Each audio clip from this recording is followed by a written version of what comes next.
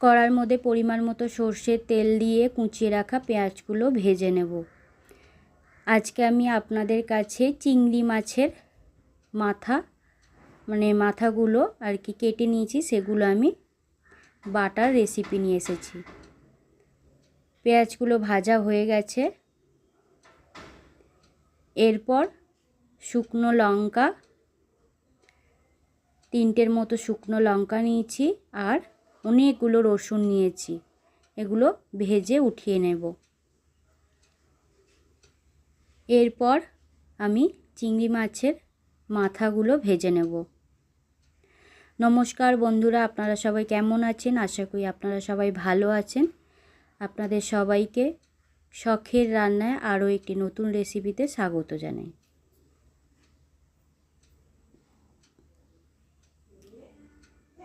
ভাজা হয়ে গেছে চিংড়ি মাছের মাথাগুলো। এরপর আমি শিলেতে বেটে নেব।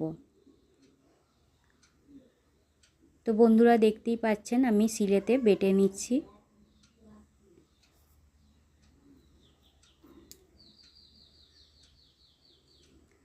তো বন্ধুরা আমার এই রেসিপিটা আপনাদের কেমন লাগলো আপনারা অবশ্যই কমেন্ট করে জানাবেন। এখানে আমি ভেজে রাখা রসুন আর শুকনো লঙ্কাটাও দিয়ে দিলাম। এরপর সবগুলো একসাথে আমি বেটে নেব। আর ভেজে রাখা পেঁয়াজগুলো আমি পরে বাটার পর মাখিয়ে নেব। এটা খুবই লোভনীয় খেতে হয়। আপনারা চাইলে বাড়িতে অনেকে চিংড়ি মাছের মাথাগুলো ফেলে দেয়, আবার অনেকে কি করে মাছটার সাথেই রেখে দেয়। তো আমার মনে হয় চিংড়ি মাছের মাথাগুলো আলাদা করে রেখে দিলে সেটা একটা ভর্তা বা বাটার রেসিপিও হয়ে যাবে। সেটা দিয়ে আরামসে অনেকগুলো ভাত খাওয়া যাবে।